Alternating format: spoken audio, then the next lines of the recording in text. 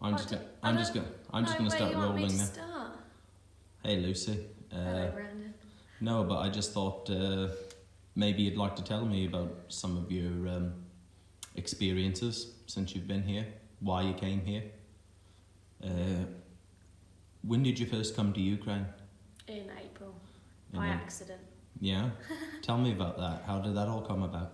A friend that I used to work with in a hospital put on Facebook that he needed someone who could drive an ambulance to drive some over to Poland. So the day before he was like, can you come? And I was like, okay, I've got annual leave, why not? And I was only supposed to drive to Poland. And then I turned up on the day to go and he said, actually, we need you to drive into Ukraine. Is that okay? And I was like, sure, why not? So I ended up being in Ukraine for 2 weeks. Met a lovely group, like a volunteer ambulance group, and stayed with them for a while, helped them get ready to go on a deployment. And then I had to go back to England. But I kept thinking about Ukraine when I was at home. So I spoke to my job and they approved to give me 7 months unpaid leave from work so I could come back.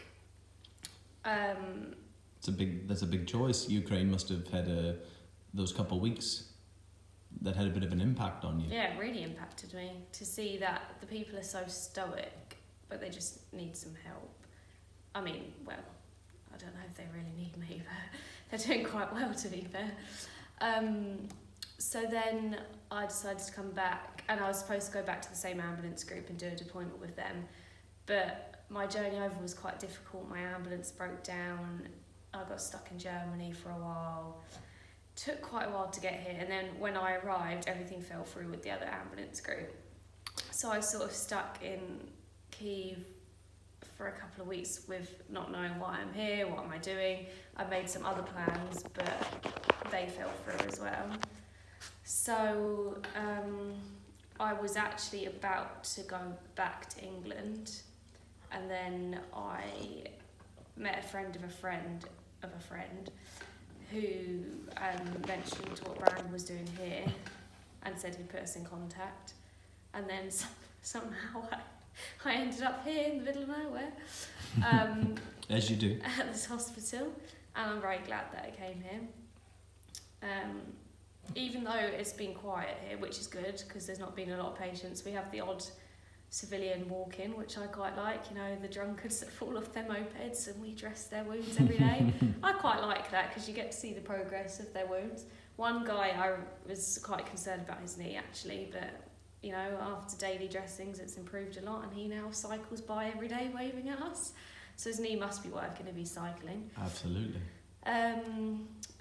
We have seen some casualties, but I'm thankful that it's quieter here. You know, well, you say quiet, there's still obviously the daily missiles, so it's not quiet in the sense of loud and quiet, but quiet in the sense of patience.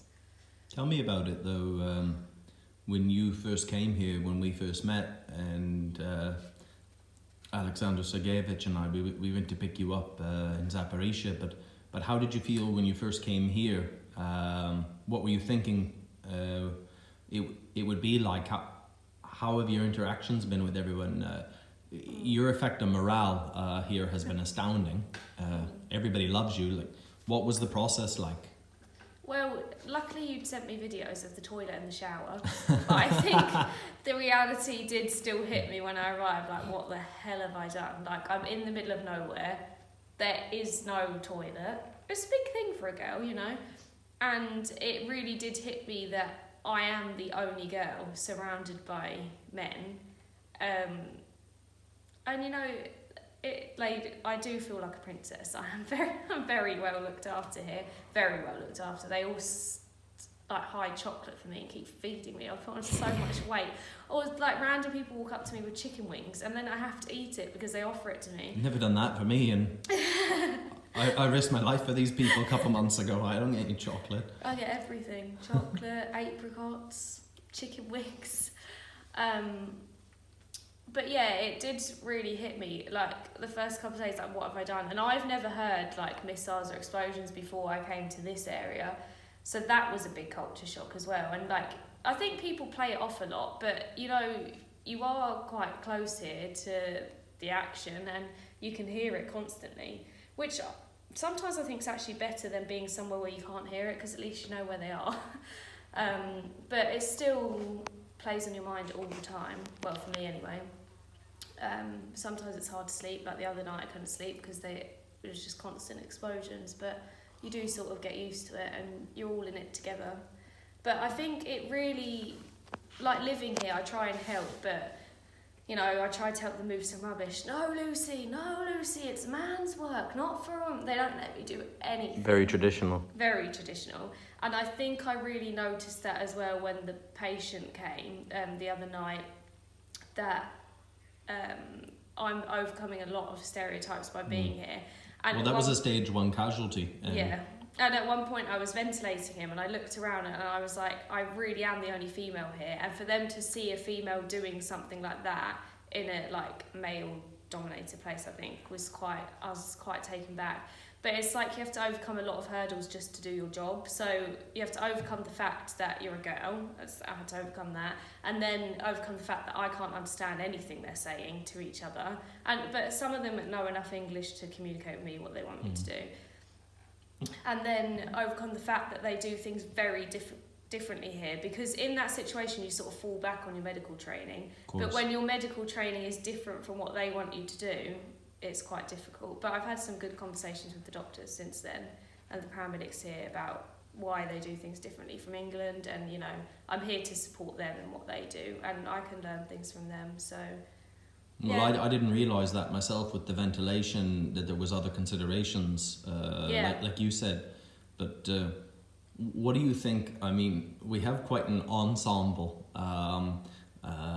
Igor, military surgeon, trauma for 30 years. We have 2 gynecologists here. We have a neurosurgeon who has never seen trauma in his life. Yeah, I'd say, obviously, it's not comical that a patient was injured. Like, I want to put that out. I'm not happy that anyone was injured, but it was quite comical to watch the different specialities try and do their part in treating this patient and give him the best care that they could give.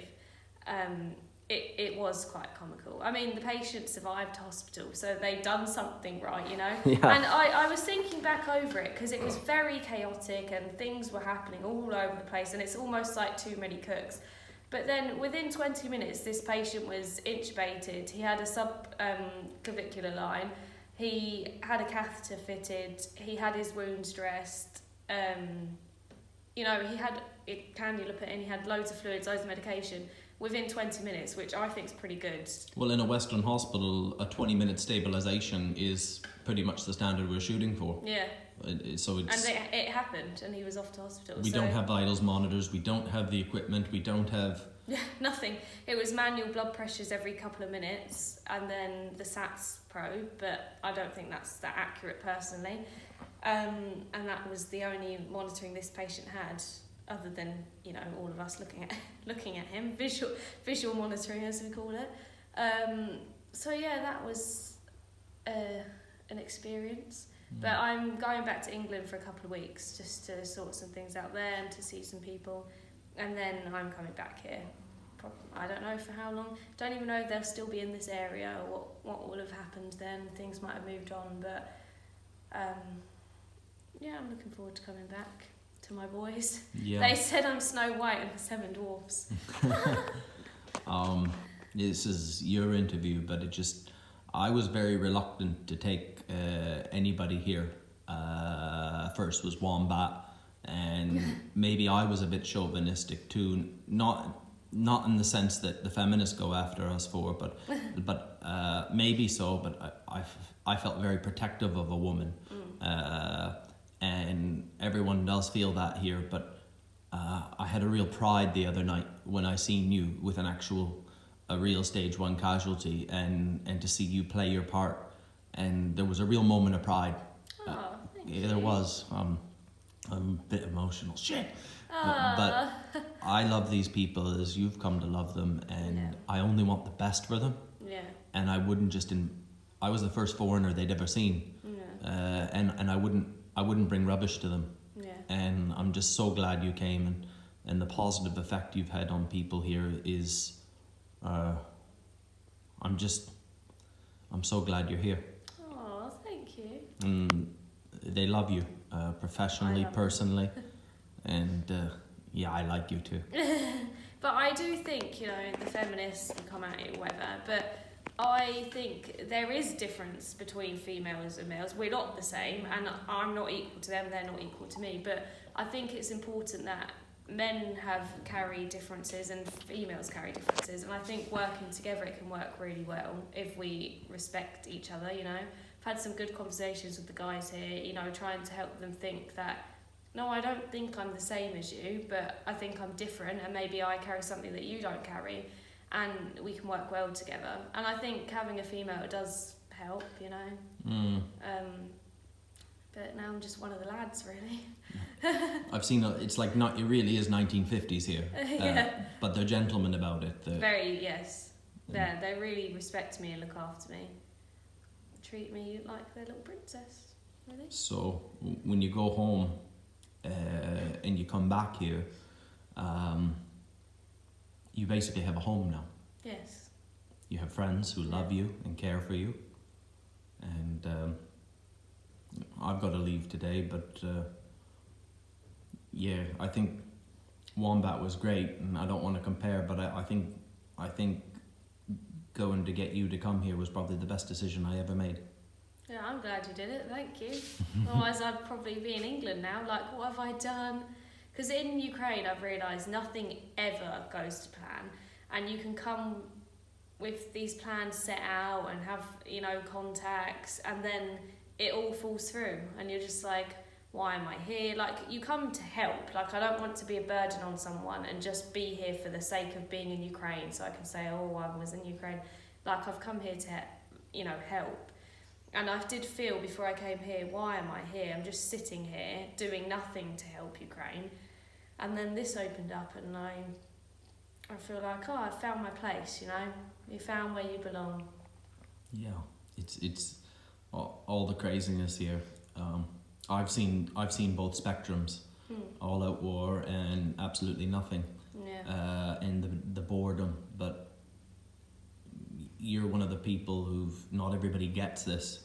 They don't stay here long enough to get it. But it'll be what it'll be. But you can't do any good from home. Yeah. It has to be here. Yeah. I'm worried something will happen while I'm at home and I'll be running back. Wait for me, guys. But, you know, I think it's important to take time out as well, because you can't help anyone if you're burnt out. And just to, like, reset for a couple of weeks. Well, you've got family at home too. Yeah, go and see dear Louis. Little baby Louis, yes. Yeah. Yeah, that's important to me as well, you know. So it's managing all of your responsibilities, I think, to be here longer term. Not just come and then leave, and that, you know, I think you can get bitter if you do that. So I'll take some time out for a couple of weeks and come back. I might bring another puzzle. You never know. An English puzzle. I think it's a good time to wrap that up there now. But, Lucy Newman, my friend and colleague, and the right kind of help. Thank you, Brandon. Thanks. I'm going to miss you. Oh, I'm going to miss you too. You better not get blown up. Yeah, hopefully not. Yeah. Anyway, cut camera now.